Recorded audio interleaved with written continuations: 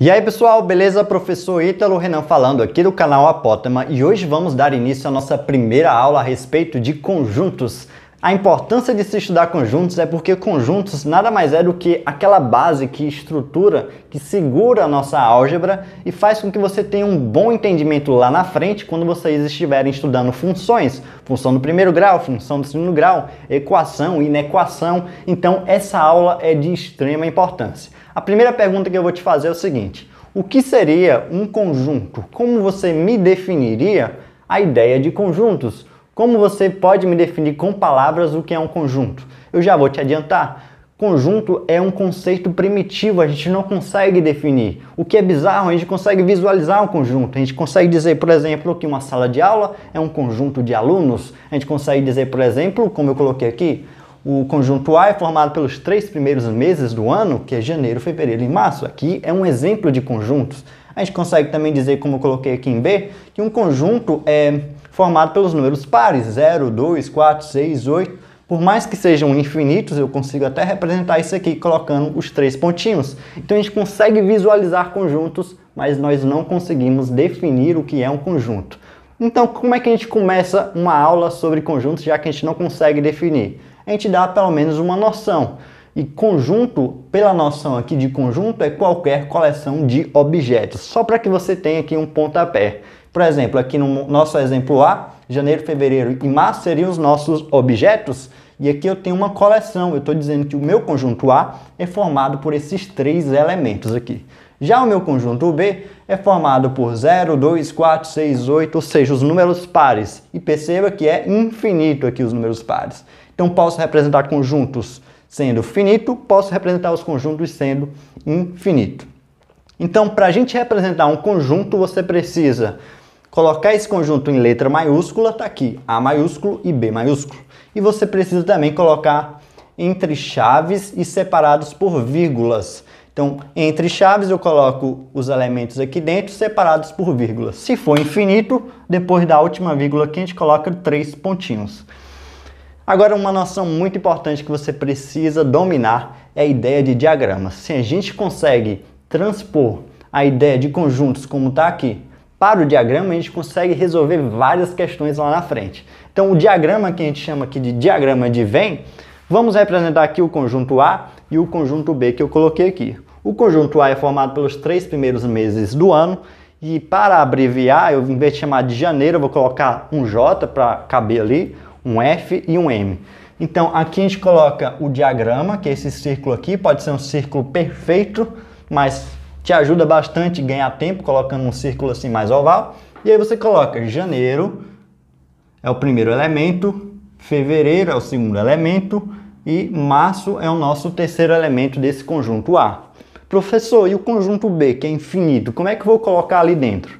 Bom, você coloca os elementos aqui, 0, sei lá, 2, 6, 4, 8 e aqui você coloca os 3 pontinhos. Professor, o senhor colocou, não colocou na ordem ali, ó, 0, 2, aí pulou para o 6. Isso tem problema? Não tem problema, porque quando você representa aqui, não importa a forma como você coloque aqui dentro.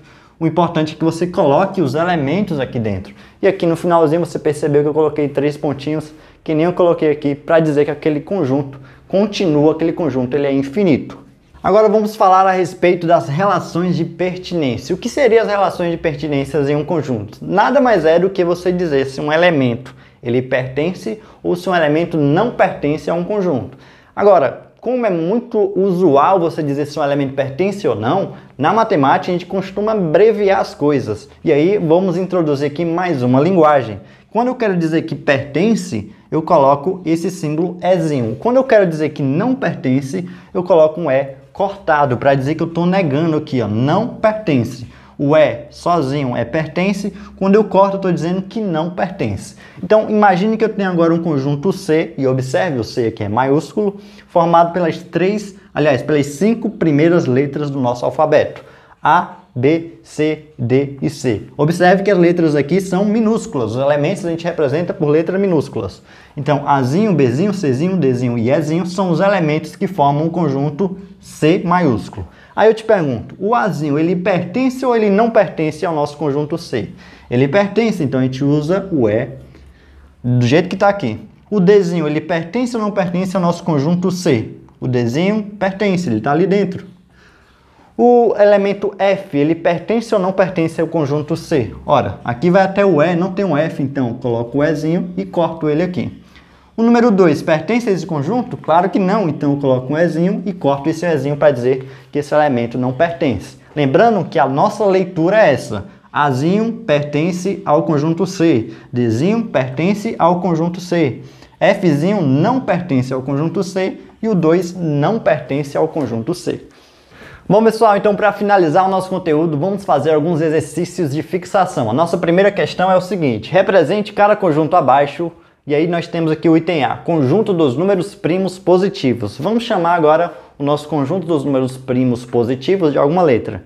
É bem sugestivo chamar aqui de P maiúsculo, né? Tem que lembrar que o P tem que ser maiúsculo. E você tem que lembrar o que é um número primo. Bom, o número primo positivo é aquele número que tem apenas dois divisores, que é o 1 e ele mesmo. Por exemplo, o número 3 ele só tem dois divisores, que é o 1 e o próprio 3. O número 5 também é um número primo. O número 2, que é o único número par positivo que é primo, ele só divide por 1 e por 2. Professor, e o número 1? O número 1 não é primo porque não tem dois divisores, só tem um divisor que é o próprio 1. Então o nosso primeiro elemento aqui vai ser o número 2, já que o número 1 não é o número primo. Então o nosso primeiro número primo é o 2, depois 3, depois vem o 5, depois o 7, depois o 11. Professor, o 9, né? Não, o 9 não é porque ele é divisível também por 3.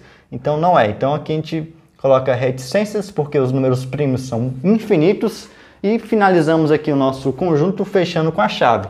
Isso aqui seria uma das representações. Professor, e se eu quisesse representar com um diagrama? Então vamos fazer a representação de diagrama aqui no nosso item B. Ele quer agora o conjunto dos países da América do Norte.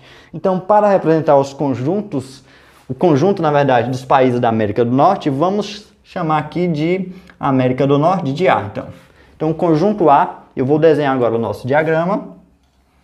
Quem são os países do nosso conjunto A aqui? Quem são os países da América do Norte? Temos o México, os Estados Unidos e o Canadá. Então, para abreviar aqui, vou chamar aqui de Mzinho, México, e Estados Unidos vou chamar de Ezinho, opa, tem que ser o Ezinho. Estados Unidos e Canadá de um Czinho, porque lembrando que os elementos são letras minúsculas. E o nosso conjunto a gente chamou aqui de A e o A é maiúsculo. Então podemos representar os conjuntos dessas maneiras aqui, ou através do diagrama de Venn, ou dessa forma aqui, colocando entre parênteses e separando os elementos através da vírgula. Agora vamos para o exercício 2. Dado um conjunto A, formado pelos elementos A, 2, 3, E e 21, ele quer saber o quê? Escreva se o elemento abaixo pertence, lembrando que pertence ou não pertence ao conjunto aqui, né? Por exemplo, o B, Bzinho aqui, ele pertence ou não pertence ao conjunto A? Se você reparar, não tem um B ali. Então aqui não pertence, é um E cortado. O 3 pertence ou não pertence? Olha, o 3 pertence, então é o Ezinho normal. O Ezinho pertence ou não pertence ao A? O Ezinho está bem aqui, pertence? Professor, isso aqui vai pertencer ou não vai pertencer? 2 ao quadrado menos 1?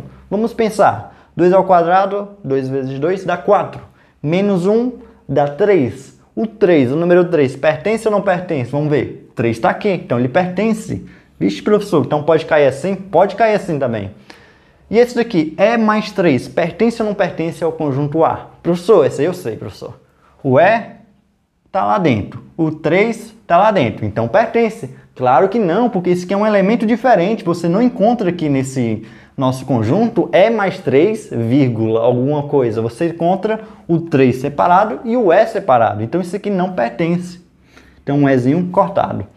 5 ao quadrado menos 2 ao quadrado, pertence ou não pertence? Vamos ver. 5 ao quadrado, isso dá igual a 25, menos 2 ao quadrado, isso dá igual a 4. 25 menos 4, isso dá igual a 21. Eu pergunto para vocês, 21 pertence ou não pertence? Pertence. Portanto, aqui é um Ezinho normal.